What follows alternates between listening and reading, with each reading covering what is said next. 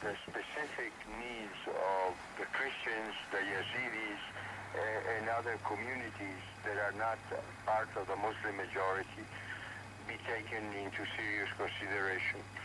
If we hope for an authentic ceasefire and possible beginning of a reconstruction of the social and material fabric of society in Syria, then the human rights of these communities have to be taken into account.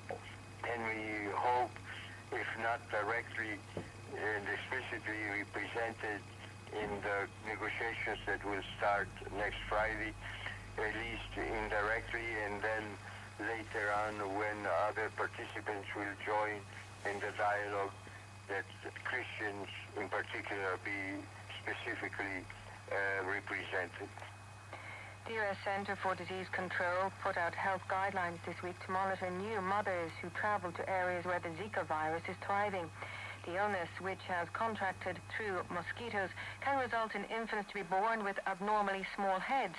Laura Candican reports from New York.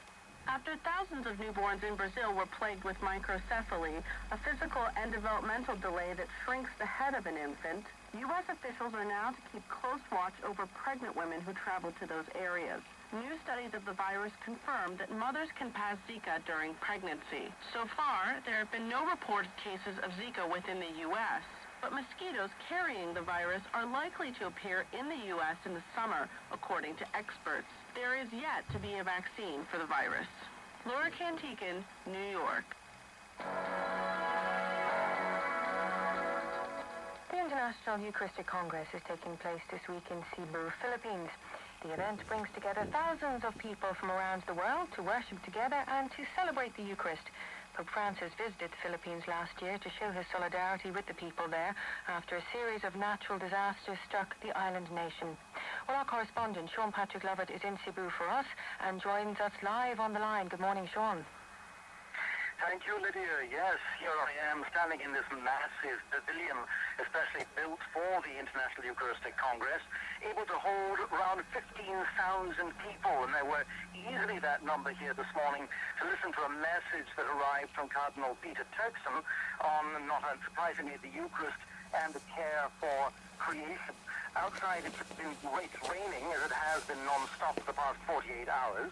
They've just downgraded a typhoon warning, but none of that has done anything to dampen the spirits of delegates from literally 70 countries around the world, making this much more than just a Eucharistic Congress, but really an experience of encounter, or as Bishop Marini said this morning, an exchange of cultures.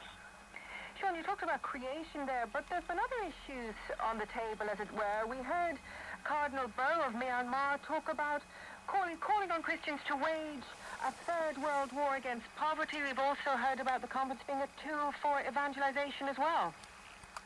There's that and so much more. There's an extraordinary lineup of speakers.